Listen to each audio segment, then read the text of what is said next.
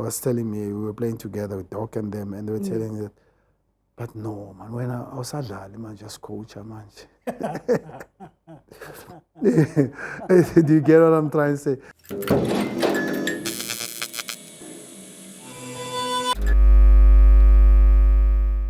Your World of Champions today, SuperSport gets unplugged with arguably the most decorated coach on the African continent from South Africa. We call him Dr. Pitso Mosimane. He has achieved all but everything when it comes to football in South Africa on the continent. 23 titles of note, has coached clubs like Mamelodi Sundowns, SuperSport United, and of course, Club of the Century, Al Ahly. He has traversed the world with football, and today he gets unplugged with SuperSport. Coach Pitso Mosimane, it is such an honor to have you here today because you have traveled the world. You've gone to the FIFA Club World Cup. You've gone to the FIFA World Cup. But today you chose to come get unplugged with SuperSport. Thank you so much for your time, Coach. Thanks for inviting me, Thato. And this is home. When there's opportunity to be home and invited at home, I will avail myself. I'm humbled.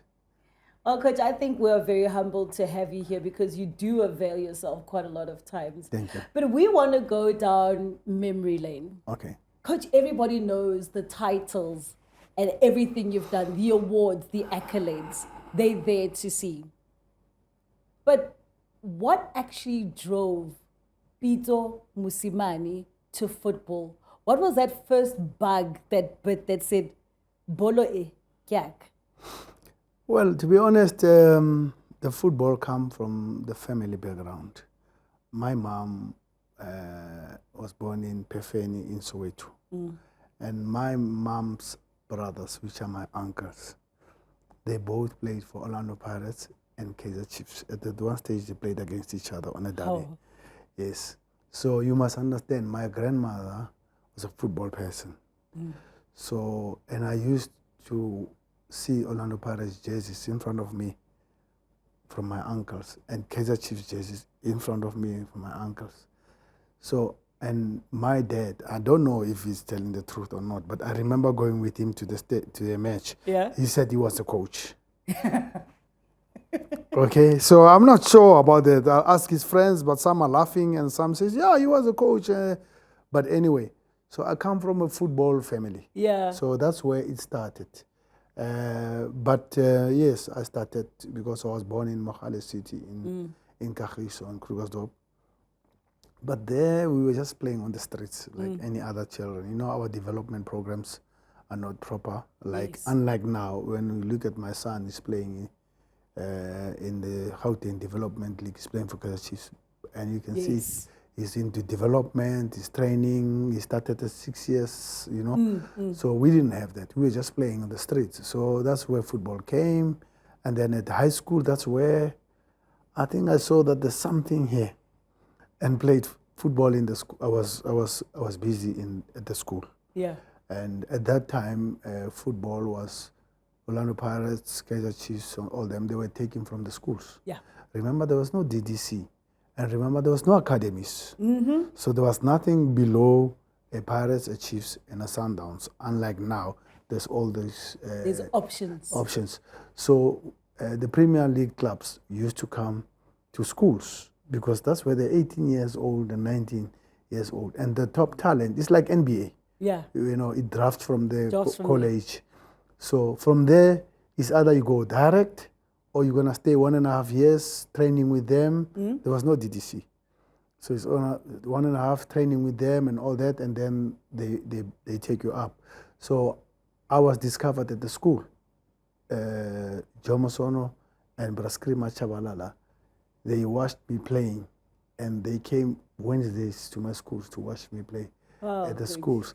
That's where it came from. So our school was a big school in football in Soweto, Skanondwane. And when we played against Orlando High, they were biggest school. You know, it's like the top 5 schools in Soweto. Yeah. And when you go to Orlando High, you find Roland is dead, KK, Sono, Kagiso Mogale, Orlando Pirates players. Yeah. Seriously, Orlando Pirates players. But the younger ones, And then it's like you find a Mufukende, as you say now, who's playing for Orlando Pirates. And when you go to Middlelands, you play a school called Kelekiso, Max Maponyane, Aubrey Machopela, KK Lenswane. So I think you can know how big football was at the schools, because you already had people who are playing on TV on Saturday. They understand, Bomax. So that's when football was so big. And then when you play at that level, then you start saying, okay, top 12, 15 players from here, they will play in the PSL. So we are one of those ones.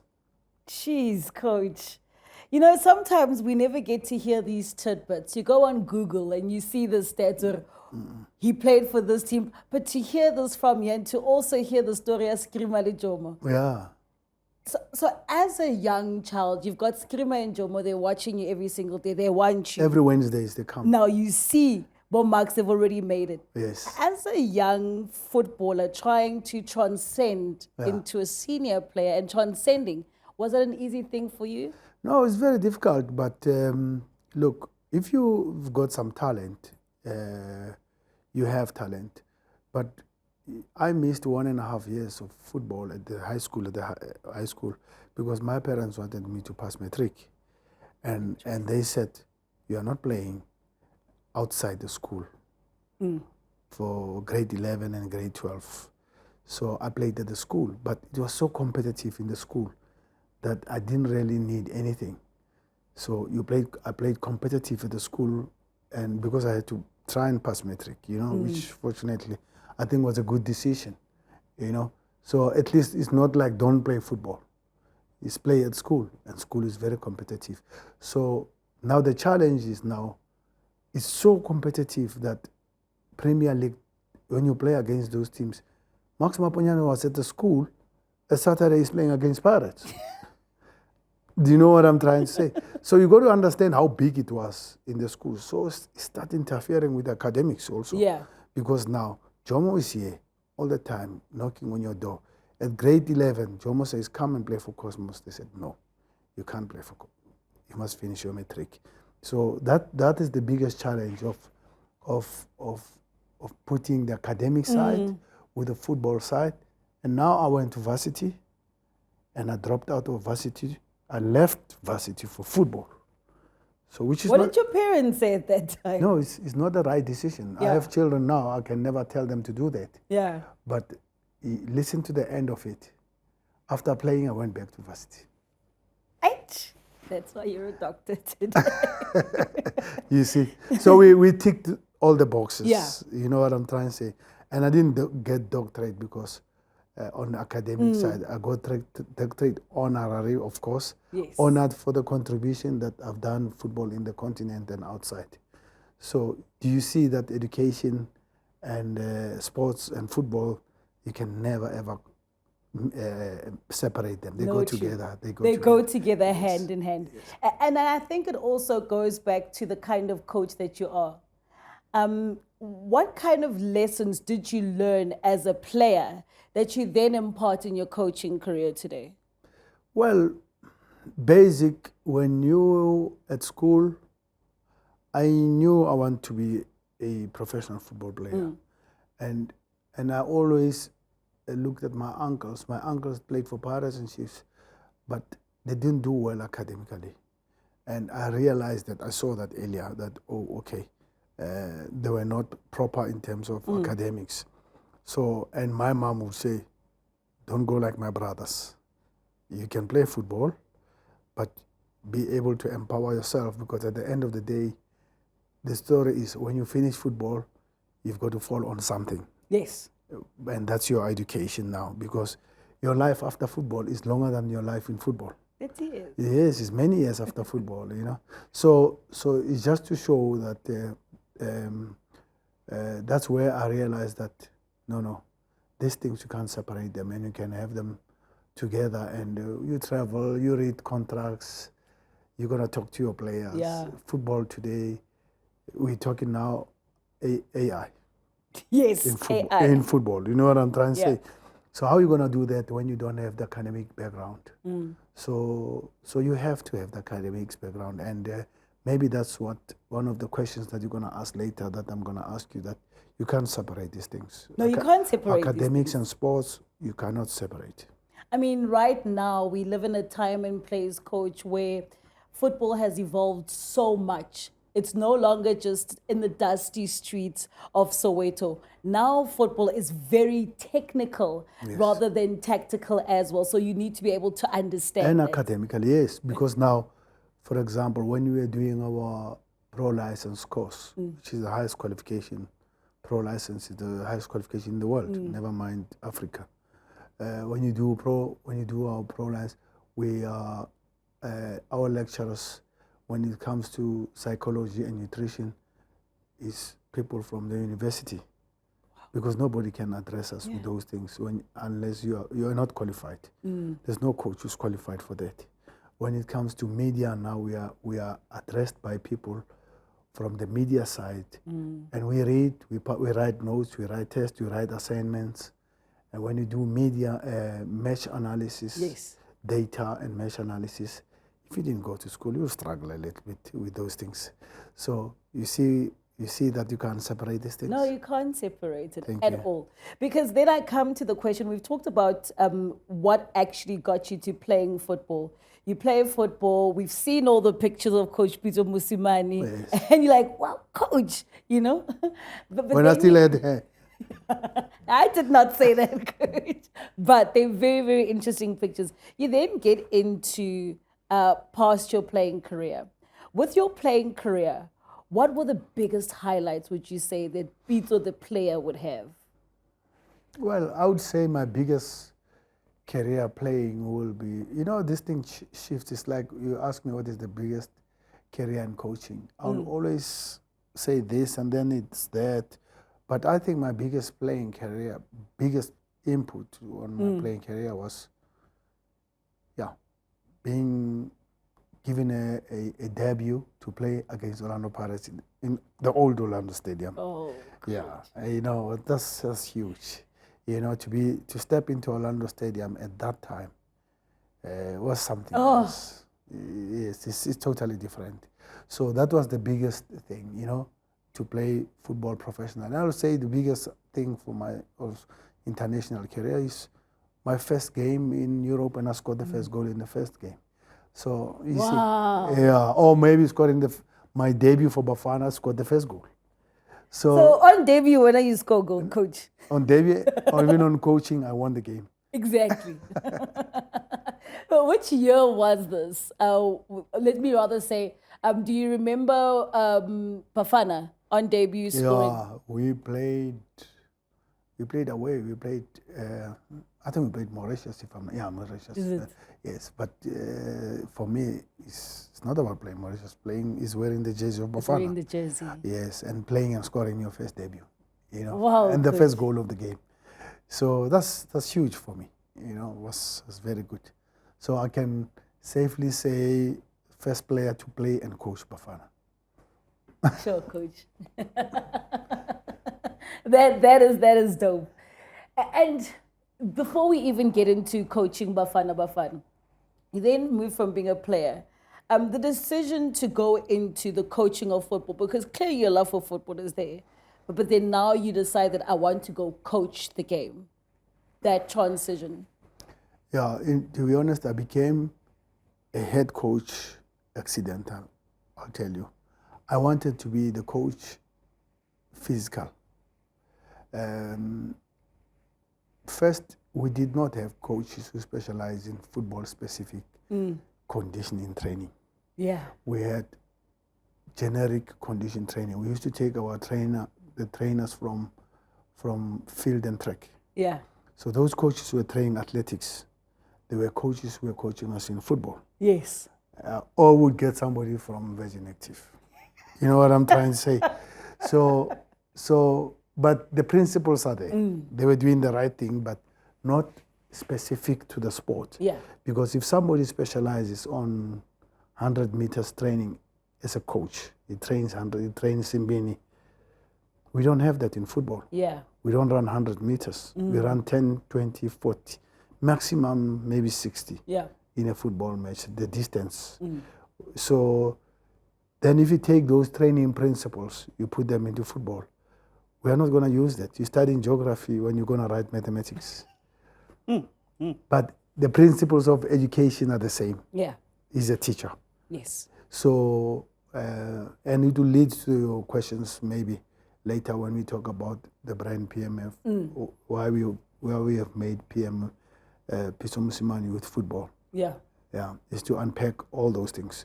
But that's, so to answer your question, how did I become a coach? So, but because I had,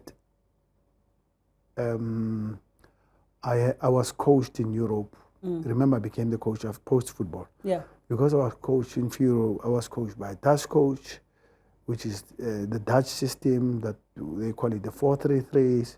I was coached by a Greek coach. I was coached by a German coach. Wow, cool. I was coached by everybody. So they used to train my team when I was playing in Greece. I was coached by those coaches, international coaches. And I remember I was the guy who always liked tactics, the player who likes tactics. And most of the coaches liked me because I'm one of the guys that the coach says, remember what I told you, and this. I used to remember that. You used to remember it. I used to remember that. And even when I was playing for Bafana, I remember Tebogo Moloi was telling me, we were playing together with Doc and them, and they were telling me that, but no, man, when I was adlali, man, just coach, man. Do you get what I'm trying to say? So I was that player that the coach will say, like at Sundowns, I know I had Teko, and I had Mabunda, and I had Teko, Mabunda, and Hlombo Kekane. Yes. Those three were also my coaches in the dressing room. So they understand tactics. When you see Teko doing so well with your match analysis, it's because he knows he come from which school. And look at Sugar, look at Hlombo as well. They come from they were my coaches. Yes. And it rubs off to that, you know. That's what football is about, the tactics and all that. So they were my coaches. They used to tell them, no, but asidlali kanje. Kuthiwa senza kanje bafethu. Why man just change the structure? Why just change lezinto? So those were my coaches. So because I used to be the coach on the pitch, then I could analyze and tactically do it right. That's why Teko is exceptional in his match analysis. Yeah. Because I used to give him homework. I used to say, how is the team going to play, how we organize things and all that. But not only him, everybody. Everybody. And he'll be that player that listening to say, oh, Sidlala ne Chiefs. Who is the most important player? I used to show them. Where are they strong? Where are they weak? How do we need to approach this because of this and that? So that's where the tactical side come from playing and from being coached by many, many, many coaches. But I was interested in the strength and conditioning side. Yes. And why is because I became one of the fittest players in my team when I was the most unfittest player when I came. And I just flipped. Flipped over? Yes, because I had a trainer who, my friend, in fact, trained me in the afternoon. But it's a coincidence, he was a national athlete for Grace and became my friend. And he was also helping us with the physical side. So he said, no, I need to condition you, come with me in the afternoon. So I used to train extra. And suddenly I was leading the team physically. Yeah. Yes, with the running and all that. So then I said I want that because I wished when I was playing in South Africa at that time, before I went to Europe, I said if I had this condition in South Africa, I would have done much better than that. 100%. But was conditioning, was not technique, because tactically I was okay. Yeah. Even technique, I had other things, but I was not the fittest. So I knew why when I was in South Africa, I was never the best, even though I did well. I scored a lot of goals. Obviously, we've worked with you for many, many years. Yeah. But getting to learn all these tidbits and see that you are so passionate about education, so passionate about paying it forward with you young players and coaching. I then come to the question to say, obviously you're a coach right now. Yeah. But what would be more, coaching or playing?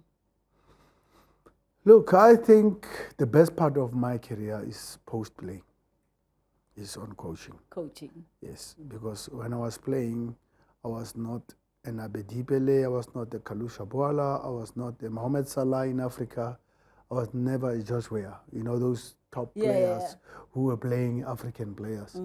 But when it comes to coaching, at least I managed to, you know, to win more than anybody in Africa. So I think it's post.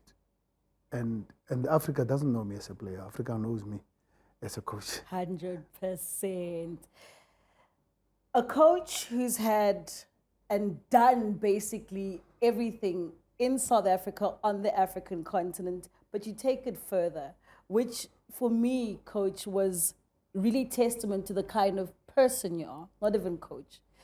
You then are at the highs of your career with the club of the century, and you come and give back to South Africa a gift that we need, the Pitso Mosimane youth football.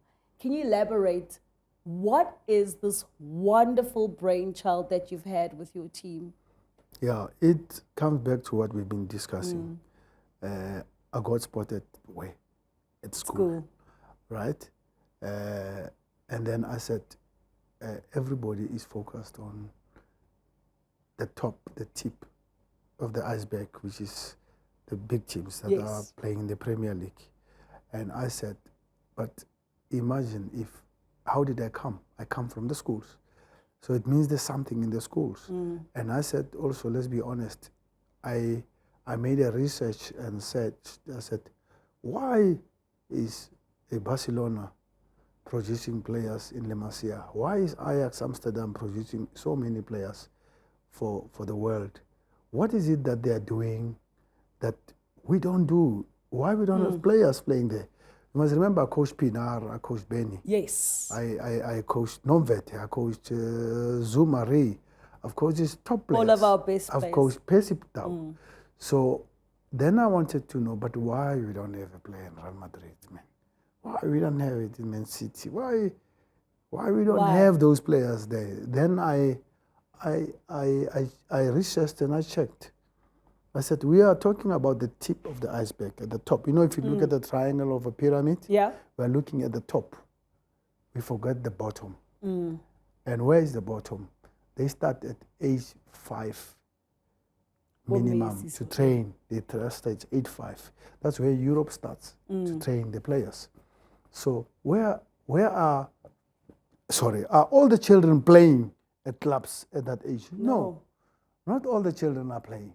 So we're missing out on players because, you know, in the township, you don't train, even if you play for a club. But if you go to a township, you say, Mfuniboni team under 7s. There's no team. No, there's no team. There's no team. So how can we close the gap? How do we develop our things? You know, sometimes you must copy good things, né? Yes. And I'm not saying copy everything. But if I've made a car, and I'm telling you about how to make a car, you've got to listen to me because I've made it. Because you've made a car. You know, you're going to not listen to somebody who has never made a car. And he's telling you. Square wheels. Yeah, it's like somebody telling you how to be rich, but you are not rich. Yes. It's very difficult to convince me because I'll say, if you know, do it for yourself first before you can tell me how to be rich. You know, be rich yourself. Yeah. So somebody who's done exceptionally well, whether academics or whatever, you will listen to that person because he has walked the road. So I said, if we want to develop football in my country, where do we going to develop them? Where are the children? All the children are at school who are between 6 and 9. They're all at school. So when we go to schools, we never miss anybody. If you really want to scout players, they're at school. Don't tell them about the clubs. Very few play in clubs. And very few know of the clubs. Yes. And it's not easy to access the clubs. That's why I went to schools. I said, we need to start at the schools because the foundation of my country is not proper. Yeah. Okay, we know what to do, but sometimes we don't know. And everybody talks about our development programs. What? Development grassroots. Yeah, but okay, fine, we know that. But how to do it? How? How are you going to do that? So the best way is to intensify and introduce football in the schools. But I don't only start at football. I start with physical education. Okay. So I do physical education at the schools. And then you can ask me, oh, but you said you are doing football in the schools.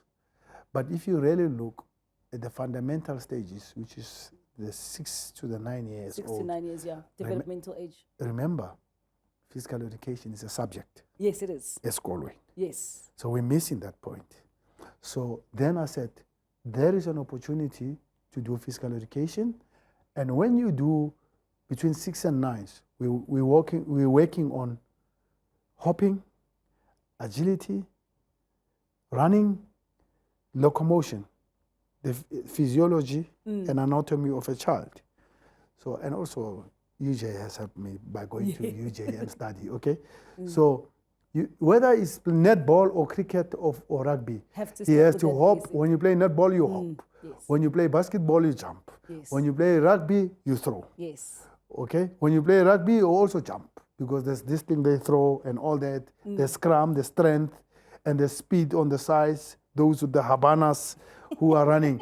So you can never do any sports without doing basics. Without the foundation. You can't read when you don't know A, B, C, D, E. Thank you. Right?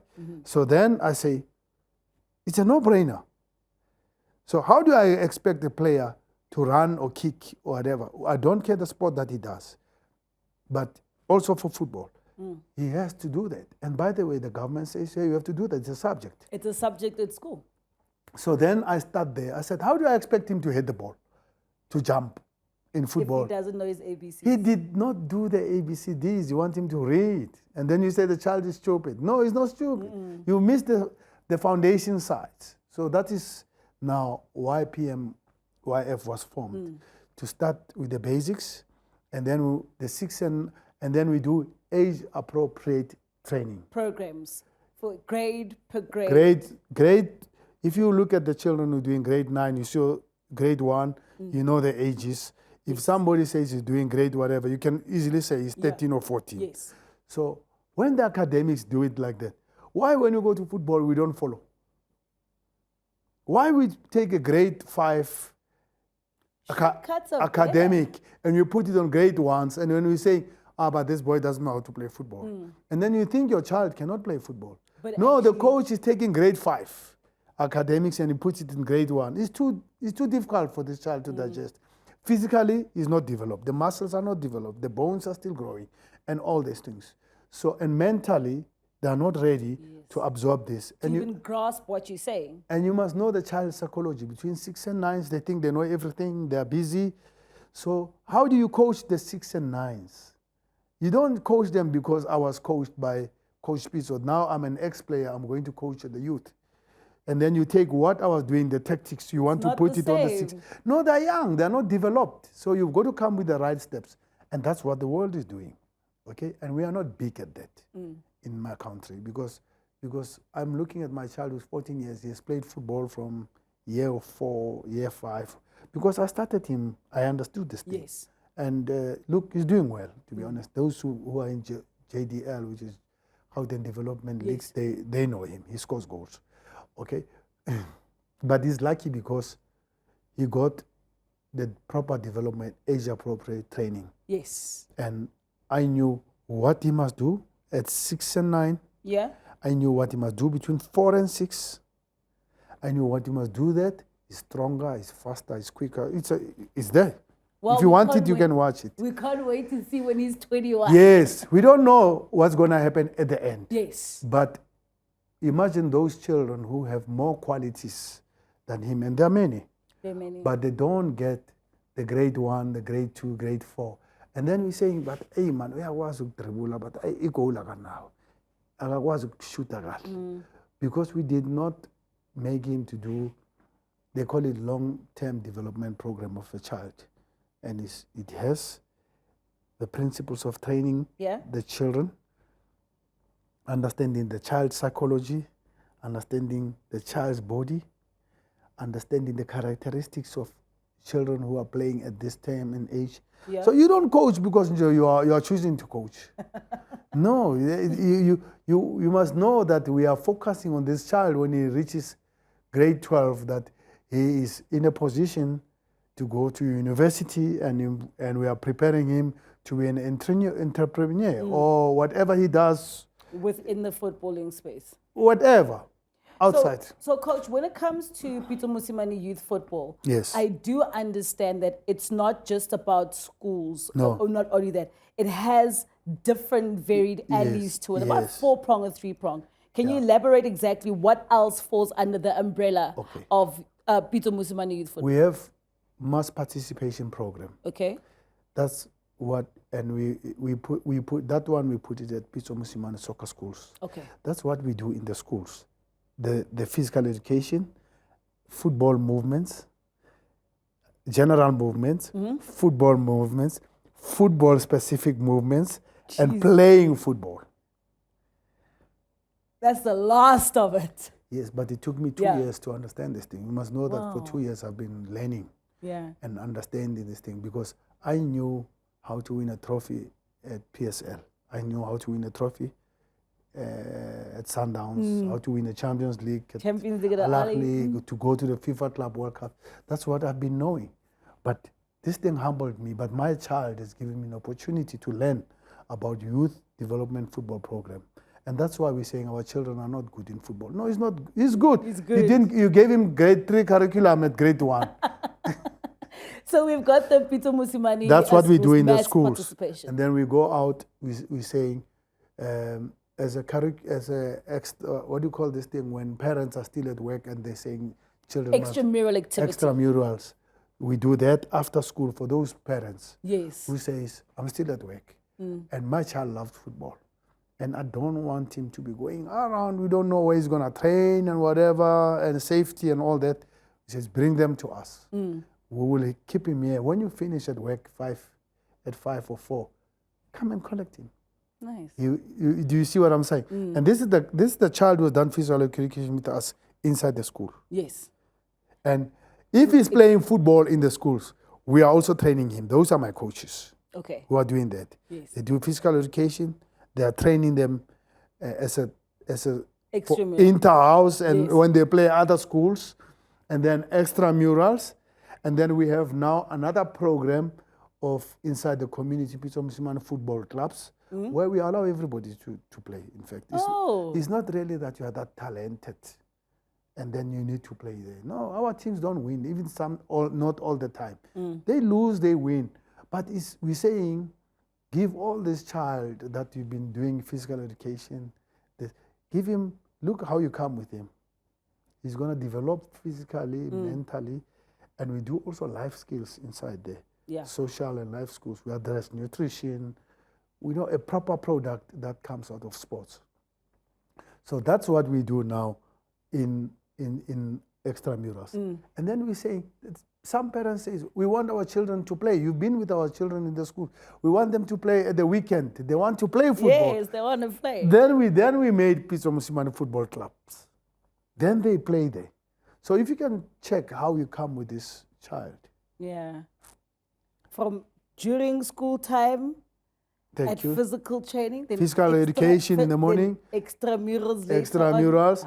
And then he wants to play football at the weekend. He's playing for us.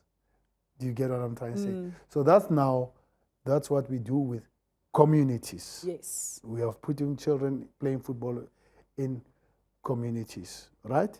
And then I said to myself, okay, you are coaching these coaches. Do you have a curriculum? Do you have a manual that you are talking about? Like I'm telling you how to coach a 6 to a 9, yes, 9 to a 12. Oh, we have put the cart before the horse. Moving from youth football and really just going into your football philosophy, or like they say in South Africa, solofosi. Your teams are always known for their tactical prowess. Yeah. When it comes to that, how would you then say, this is Coach Pitso Mosimane's coaching philosophy? This is what I believe in. This is my manual. This is my Bible. Yeah, Dr. Coach Pitso Mosimane. You would never believe what is the core of that. I'm curious. I just coach the human being first. I don't coach the football. I don't coach football. I coach the human being. Because the human being is a talented football player in those structures. When you come to Sundowns, you go to Al Ahly and all that, you cannot be in that space playing for Pirates and then when you're not talented. Remember? You're not talented. You're already talented. Yeah. So he comes with talent. He's got the talent to play for that. So I focus a lot on the human being, coaching the person. Because if you coach the person will the talent will look after itself. And what do I mean? I mean, you have to make sure that the player trusts you. You have the player know that you back him. You have to know that the player must know that you care about him. I'm talking about now social side. Yeah. I'm not talking football. Before we put tactics, how we're going to play, whether it's a 4-4-2 or 3-4-3 or 4-3-3, before we go there. Have to deal with this first. Yeah, because there's a time when talent matches talent.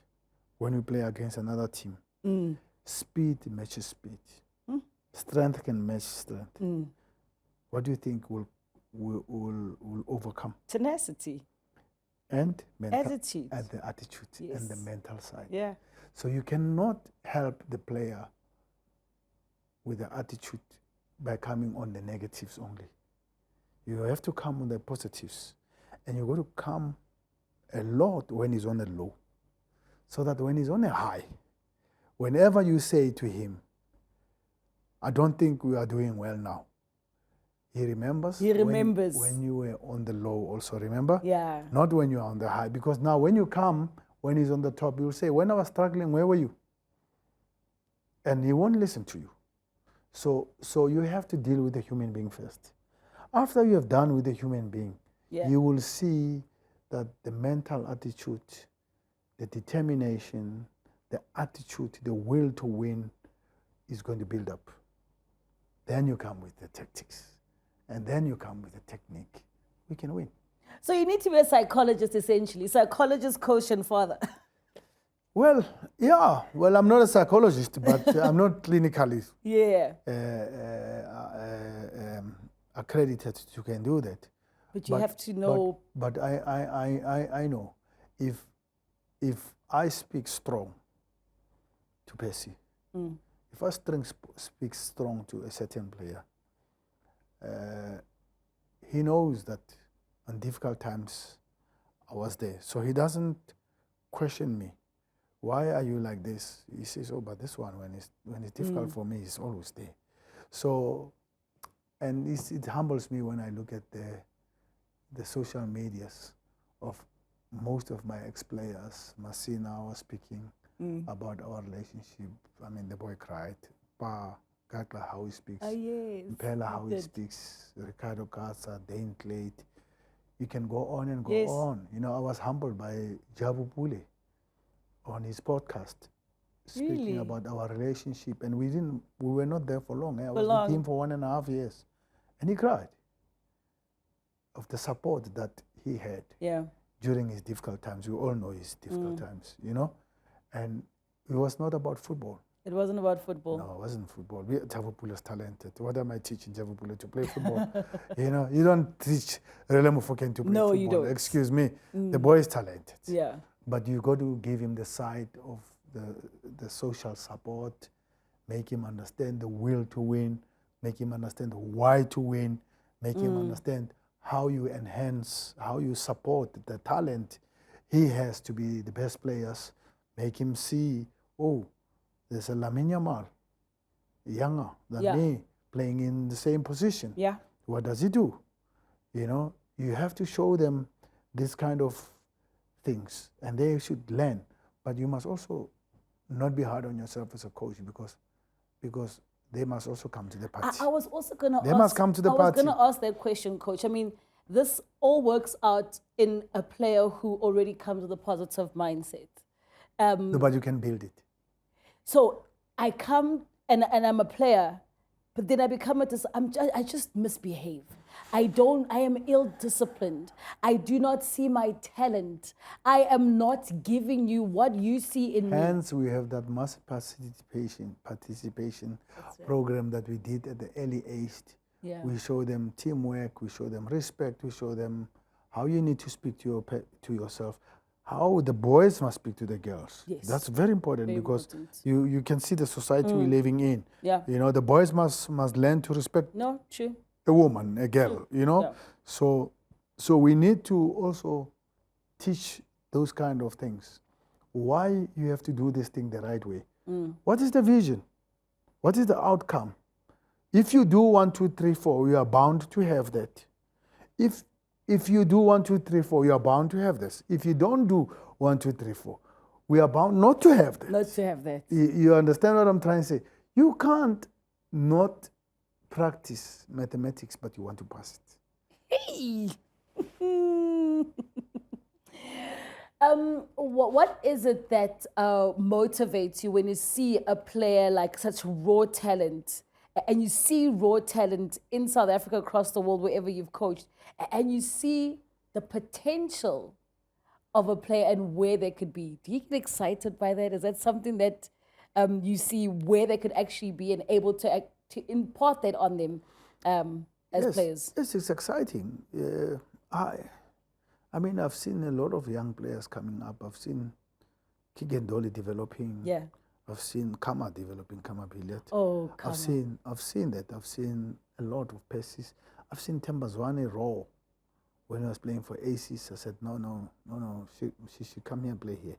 She can come and play here. Yeah. Percy playing, living in Percy, playing for that Wheatback space. Yes. Come back, Percy, come and play. I've seen that, and I have enough history. I've seen Pinar at 16 years playing 15, playing for the under-17 at 15 years in Sports School of Excellence. I've seen it. Not here, I've seen it. I've looked at it, I've been around, I've spoken to them. I've spoken to Pinar at 15 and 16. I said to Pinar at 16 that you will play in the English Premier League. I swear to God. Really, Coach? Yes, I bought magazines. You see that magazine Shoot that you have there? Yeah. The Shoot and Match Day. Shoot, yeah. I think I bought 4 or 5. I took them to Stephen Pinar. He had a problem with his knee. He was at the hospital. I took about 4 or 5. I gave him those magazines for him to read on bedside. Really, Coach? Yes, I said you'll play in the Premier League. What happened? He played in the Premier League. Thank you. So you don't need a Sangoma to teach us all these things or to foresee these things. Let's be honest. Look at the academics. If you take children who are C students, the level of C students, you put them in a very good school. You give them good teacher. Remember, they have capacity to go to B and A, ne? Yes. Okay? But you teach them discipline. That they must do their books, there's time for study, there's this. You give them those assignments and you follow. You follow on discipline and all that. I mean, they're talented. They will go to B and A. Yeah. Because they have that capacity, yes. Remember? So it's the same with football. It's the same with football. With football. Yes. It's a no-brainer, Thato. We will produce players. We will produce players. And if we follow and we believe and we do the right things, and somewhere, I also think it's a bit sad for football because football doesn't have the biggest support. And also maybe we haven't marketed it that well, or we haven't promoted it that well to be there. And maybe business, corporates, and by the way, they don't understand also. This is what we are talking about. Yeah. So sometimes we blame them. And they say, I don't know what you're talking about. Because a marketing guy at the biggest corporate doesn't know what I'm talking about until he listens and he studies. But if you put it with academics, because he's an academic guy who is an entrepreneur around, then he understands. So it's a long way. And that time at Egypt, Coach, you seem to enjoy yourself so much.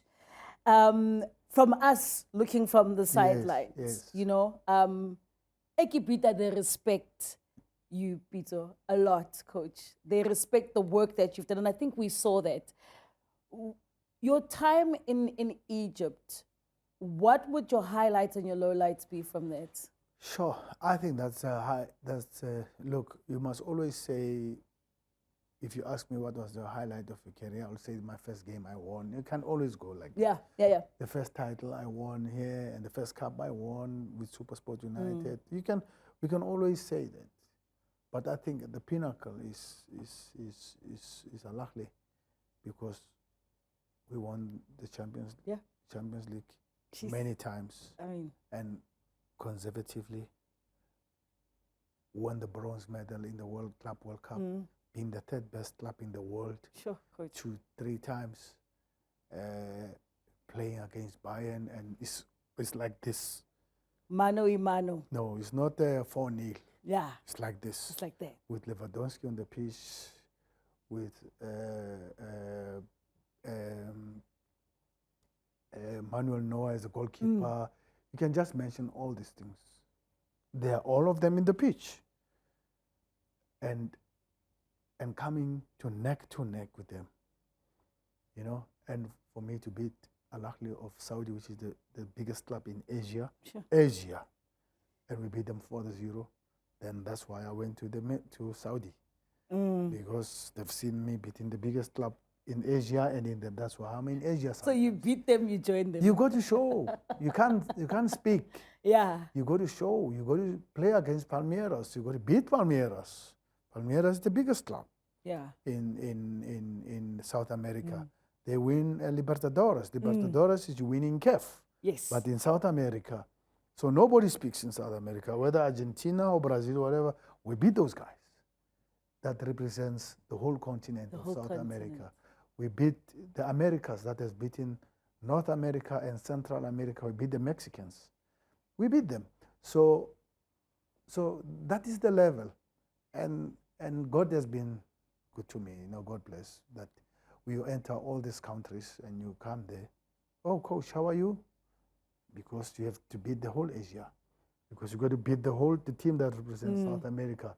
You got to play against it. You got to play against the team that has beaten all the teams in Europe, which is Bayern at that time. You know, Coach Thomas Tuchel to come and talk to you, not I talk to Thomas Tuchel. You know what I'm trying to say? The coach of Barca, Hansi Flick, he's a coach of Barcelona now. He's on top of the log. Top.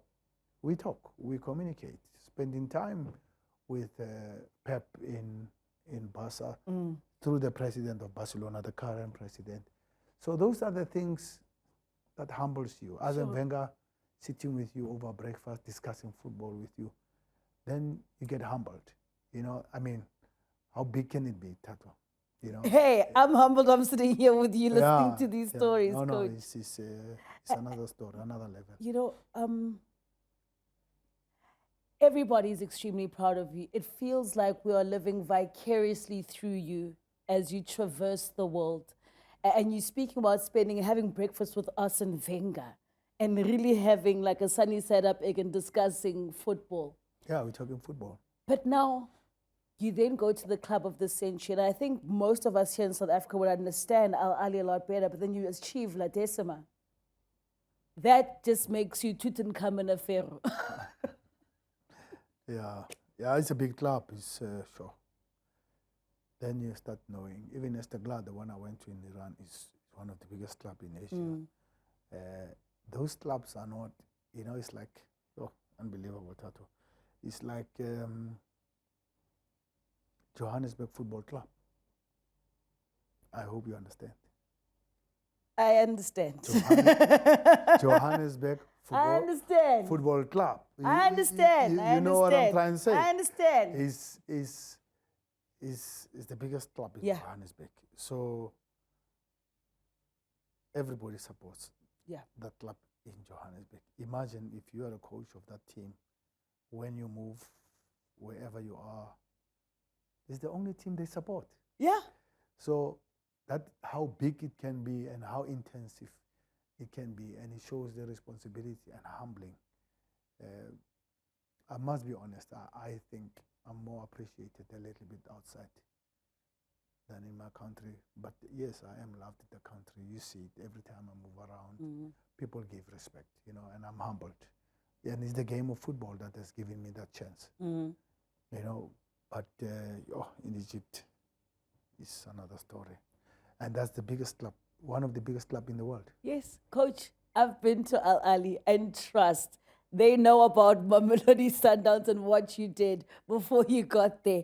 And it was so beautiful to see Egyptians really, when you say, I'm from South Africa, they tell you about Coach Pitso Mosimane. They tell you about Percy Tau. They know exactly what the love that they have for football in that region is unsurmountable. Yeah, look, Orlando Pirates and Kaizer Chiefs are big in the country. We all know that, okay?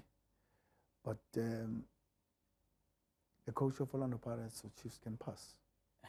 And it's okay. You know, in Egypt, you don't coach Al Ahly. You don't pass. No, yes. They stop you. Yes. You don't pass, they stop you. And they treat you like God. Imagine, I mean, think how big Johannesburg is. It's big. Yeah, no, and they're football fanatics. So, and by the way, when you come to Al Ahly to coach Al Ahly, they show you how many. The first thing they did is they took me to a museum, and they show me the number of trophies they won in the league trophies, the number of cups they won. That's crazy. Okay, so basically they say if you win the league for us, we have won it 35, 37 times. Okay, so excuse me. Yeah, Ed. Excuse me. When you win the league for us, it's that thing we won last year. And we've won it 37 times. Jeez, Coach. No, it's another space. And then I asked, but what's my role here? They said, 6 years, 7 years, we haven't won the Champions League. We haven't been in international space. So we want to play the Club World Cup. We want to conquer Africa again. That's your job. And we want you to go to the Club World Cup and give us a medal. And you deliver it on a silver tray? That's all you on have a platter? That's all you have to do. League, Cup, like Melbourne Cup. These things, we win them all. Bekele big. Bekele big. Izinto zethu. Aye. So you got to understand the pressure now. Yeah. Because now I want to win those things. And when you win that, they're happy to be international space. And by the way, we've won it 8 times or 9 times. So you put 10, 11, 12, yeah. So it's another space, and it's too intensive, Thato, I must tell you. I can only just but imagine and not even know what that feels like. You know, Coach, you've gone throughout the world, and I've noticed something. You like setting yourself challenges. Yes, I like new things. I like those challenges, things, yeah. Yes, and sometimes I go to clubs that you ask yourself, oh, but why here and there? It's because I want to change the status quo. I need to make history in those clubs. I mean, Al Ahly today, there's Riyad Mahrez, there's Mendy, there's Firmino. Yeah. Okay, 3 months after I left. So, and I went back to play against them. Yes. Which is 2 months back. Yeah. And we managed to draw against them in my old stadium. And how was the reception? They gave me the jersey again. Every time I go, they give me the jersey. The supporters great, and they're humble. They don't forget where they are and where I left them. So it's humbling. Sometimes I wish I can receive that in my own country, but sometimes no. But we have to build a culture of football. Yes. It will come with our grandchildren. It will come, Coach. You know, sometimes Thank you. Praises Yes. same way. Yes. You've challenged yourself with Pitso Mosimane Youth Football. Yes. And that's the academy. What would you think Pitso, who would be sitting at home and his mom and dad sitting there and Jomo's waiting for him on a Wednesday to come play football, would that Pitso have thought that we'd be sitting here today having gone to Al Ali, No. the Gulf? No. This is what I always say. I give, it's humbling. I always tell Jomo and the late Screamer Chabalala that if it was not of you guys, life would have been different for me. They really contributed. They saw the talent. I did know nothing. I didn't see nothing. Yeah. They saw that, and they told me that you're going to be something in football, come. And now, you know, from the township. Now I live in the same neighborhood, 3 streets from Jomo. Good. Yes, it's beautiful. It's humbling. I visit him. He visits me. Oh, wow. You know, and I am never ever gonna forget the contribution that he has done to me. You know, when I received my doctorate, because he's also got his honorary doctorate. Yeah. So he was there to come with me. He says to me, "Can you believe? Tina sifundanga kodwa sisibizwa abodokta singafundanga." Sibizwa abodokta. Singafundanga. You know, so yeah, to say that now the academics has given us the support and respect with the game that we're doing. Hence, I can never be out of the schools because the academics have supported me. I'm a young coach. I am literally looking at Pitso Mosimane. I am working towards getting my coaching licenses. I want to be part of Pitso Mosimane Youth Football. I want to be part of these coaching clinics. What's the first piece of advice, as our last question, first piece of advice to someone who wants to be a coach, especially in the space in South Africa with everything you're talking about and the Youth Football Academy? Who wants to be the coach? Yeah. Okay. I think first you must love it. You must love it, and you've got to have it in your system. You know, everybody wants to do whatever he wants, but sometimes you don't have it. Okay, I always like to say, I don't know, example, okay, idols. Everybody wants to be an idol. Yeah. Everybody wants to sing. Yeah, everybody doesn't want the wooden spoon. Everybody wants to be seeing himself on TV, singing, having a career, maybe like this girl who's Tyler. Everybody wants to be Tyler. Everybody wants to be Tyler. You know what I'm trying to say? But not everybody will be in Tyler. Of course. But some people can work with Tyler. Some people can develop Tyler. Some people can put Tyler on the pedestal and support him and make a star, pitch him at the right places. Yes.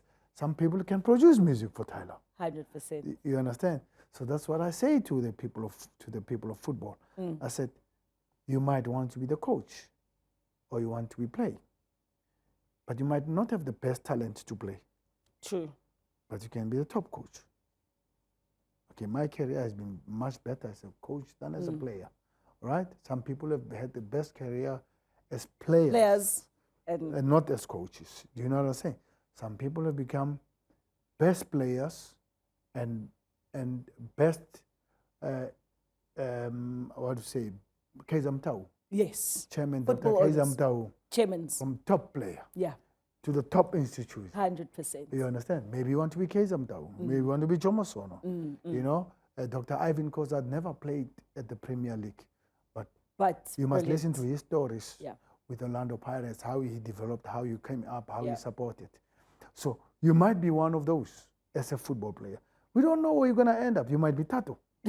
You might be Thato Moeng now talking to us as a girl who loved football. True. Right? You might be a doctor in football.